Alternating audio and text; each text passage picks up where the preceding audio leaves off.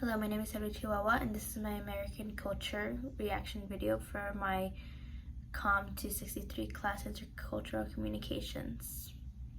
I will be revealing my reaction to the depiction of American culture in the reading Body Ritual Among the Nisarima by Minor. I will be describing a communication pattern, ritual, or event that is connected to American worldviews and explain the history behind it as well. I will finish up by evaluating the changes of it being either beneficial or detrimental. So when I was reading the Body Ritual Among the Nisarima by Minor, I found it quite hilarious. The reason I found it hilarious was because I actually looked up the word prior to doing the actual reading, so I understood that it was talking about American culture. Once I was actually reading the article, we found out their location and how they were formed, how they have a bizarre ritual such as washing their skeleton religiously and using magic potions instead of a shrine. This is a reference to, North American people brushing their teeth in the bathroom using toothpaste.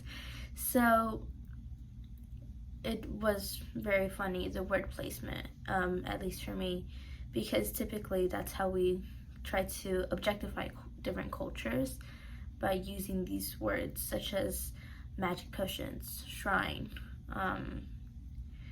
But the way that we understand that it's talking about America is because it says that the Nisarima culture, or the Nisarima people, they are a North American group living in the territory between the Canadian Cree and the Yaqui and Tarahumara of Mexico, and the Carib and Arawak of the Antilles. Little is known of their origin, although tradition states that they came from the East. When put in such a way, it makes things sound a little bit crazy. It sounds a little bit insane.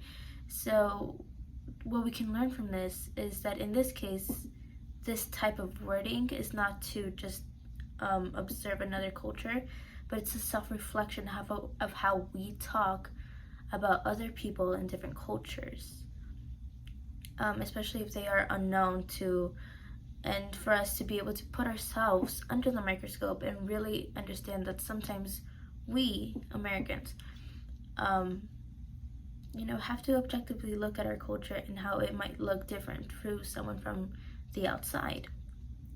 The ritual that I would actually like to talk about is shopping, and the idea and the cultural significance behind shopping.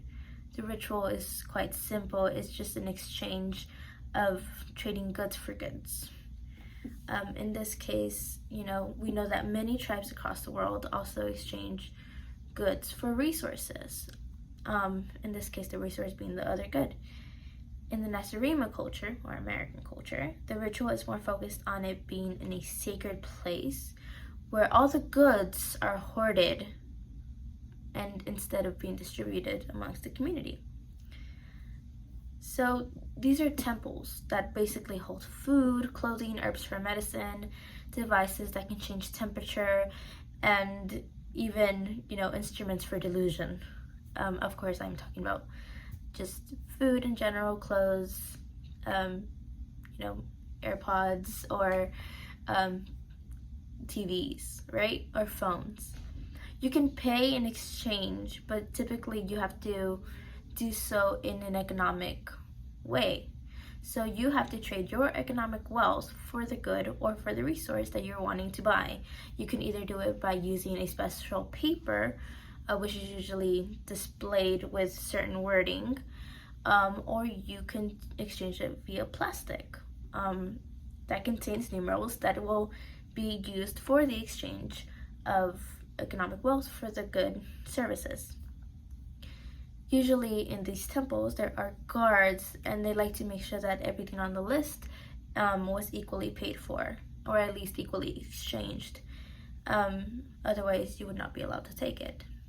The more complex thing about this ritual is that the temple or the temple leaders are in control of how much everything is worth. The temple leaders can change their mind in a split second to make things worth less or more depending on how much economic wealth there is at that specific time.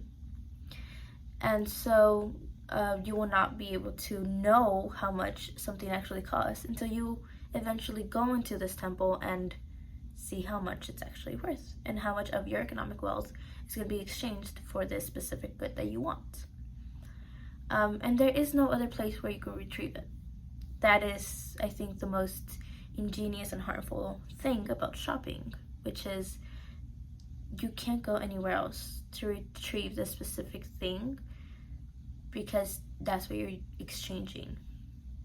And shopping has existed for obviously a very, very long time, since the beginning of us ever being alive. According to Big Commerce, for as nearly as long as people have existed, there have been sharing, bartering, selling, and consuming resources. So this has been obviously a long time with us, but the bigger question is how the ritual of sharing and trading resources became so big. In America, we have learned a lot from the Greeks. The necessary traditions and the there are so many ways to shop and get things you want, but they really learned it from Greek culture, because in Greek culture, when you wanted to get something, it wasn't just an exchange ritual, it was also for socialization.